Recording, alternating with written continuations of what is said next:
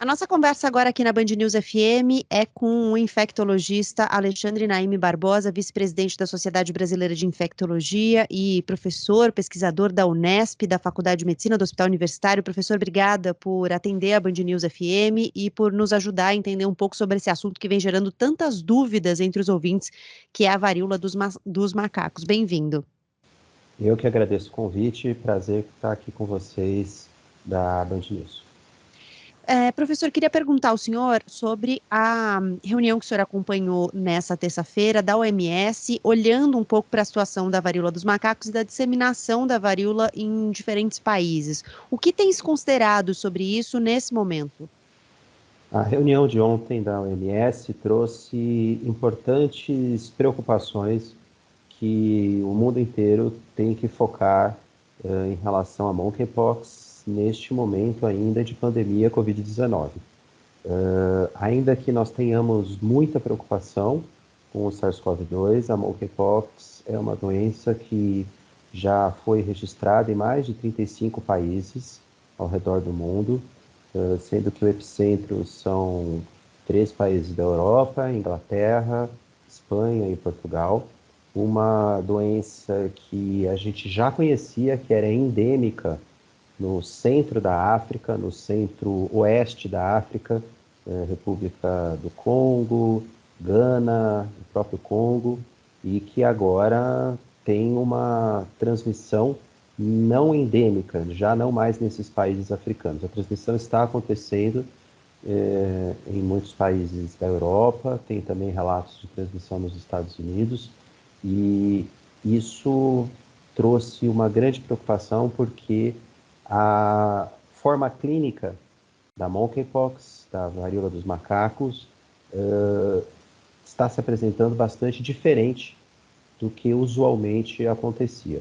Então, só para contextualizar, a monkeypox foi o vírus da monkeypox, que é parente do vírus da varíola do ser humano, foi descoberto em 1958, isolado em macaco, mas o reservatório não é macaco, são pequenos roedores, como esquilos, um bichinho que é muito comum nesse lugar da África que eu citei, que chama cão da pradaria, então pequenos roedores em geral.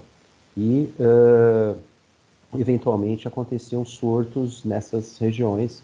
Primeiro caso descrito em 1970, uma doença que afetava principalmente crianças, e por conta do contato com esses animais silvestres, e que agora nós temos esse surto global. Geralmente, a doença se manifestava com muitas vesículas, muitas pústulas no rosto, nos braços, no tronco, e agora não. A doença está se manifestando com poucos sintomas dermatológicos, uma ou outra vesícula, geralmente em região genital, pênis, região perianal, próprio ânus, e uma epidemiologia que chama muita atenção a uma população mais vulnerável, que são a categoria dos homens que fazem sexo com homens. Grande parte está relacionada. Não que seja uma infecção sexualmente transmissível. A varíola dos macacos, a monkeypox, é uma doença transmitida por contato de pele com pele, que obviamente acontece no intercurso sexual, mas não é uma doença transmitida pela introdução do pênis no ânus ou na vagina, pelo contato de pele.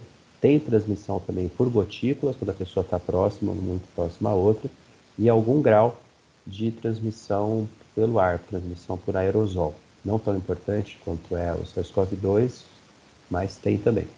E, justamente por isso, a OMS fez essa reunião. As formas clínicas são muito distintas do que a gente conhecia e, às vezes, muito parecidas com doenças como o herpes simples, como a catapora, como a sífilis.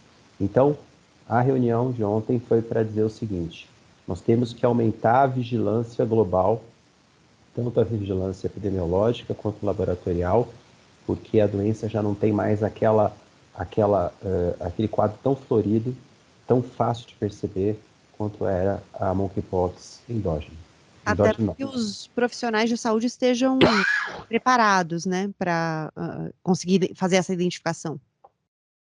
principalmente por causa disso. Nós temos que trabalhar muito, mas muito, em educação, em saúde continuada, com toda a rede, tanto pública quanto privada, desde dos atendimentos em nível primário, passando por secundário e terciário, porque o nível de suspeição precisa ser muito alto. Só para você ter uma ideia, um dos casos que foi diagnosticado esses dias, anteontem no Rio de Janeiro, e foi confirmado hoje, é uma pessoa que tem uma lesão, uma única lesão.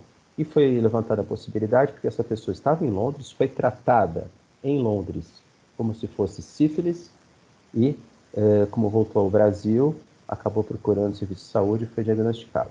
O problema é que esses casos que não são tão aparentes, não são tão floridos como era o quadro original da monkeypox endêmica, acabam passando despercebidos. E aí é que ocorre a transmissão comunitária, como está acontecendo na Inglaterra, em Portugal e na Espanha. E esse é o alerta principal que a OMS fez ontem e que nós precisamos adotar aqui no Brasil, em que pese que a gente já tem uma outra preocupação, que é esse número absurdo de casos Covid acontecendo. E, doutor Alexandre, quando a OMS fala em aumentar a vigilância, que tipo de medidas o Brasil pode adotar? E aí, para além da política de vigilância epidemiológica, né, o que nós podemos fazer para ficar atentos, para nos proteger?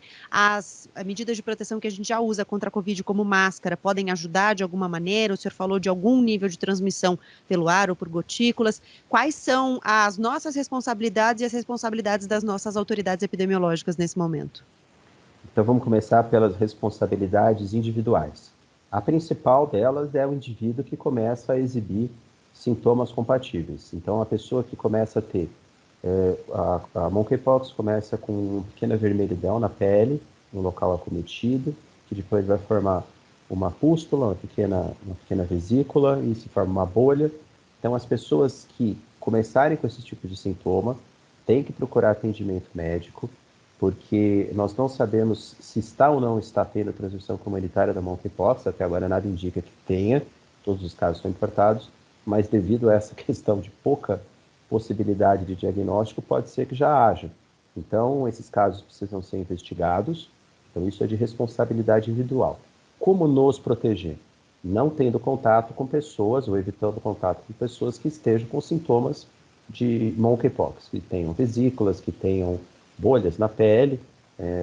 Por isso que eu digo que é mais importante até mesmo a responsabilidade individual, porque a transmissão principal é por contato. Então, a pessoa que abraça, que tem uma relação sexual, que beija, ou mesmo compartilhamento de roupas, uma camiseta, uma blusa, roupa de cama, toalha. Então, tudo isso é a forma mais comum de transmissão da monkeypox, por contato. Mas também tem a transmissão por gotículas, que aí a máscara com certeza tem um papel muito importante, e a transmissão por aerosol.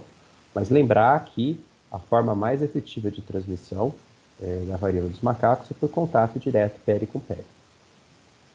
Doutor Alexandre Naime Barbosa, médico infectologista, vice-presidente da Sociedade Brasileira de Infectologia e médico pesquisador, professor da Universidade Estadual de São Paulo, a Unesp. Professor, doutor Alexandre, obrigada pela gentileza do seu tempo, pelos esclarecimentos, por compartilhar aqui com a gente essas orientações e até uma próxima oportunidade. Até uma próxima, um grande abraço para todo mundo que está acompanhando a Band News.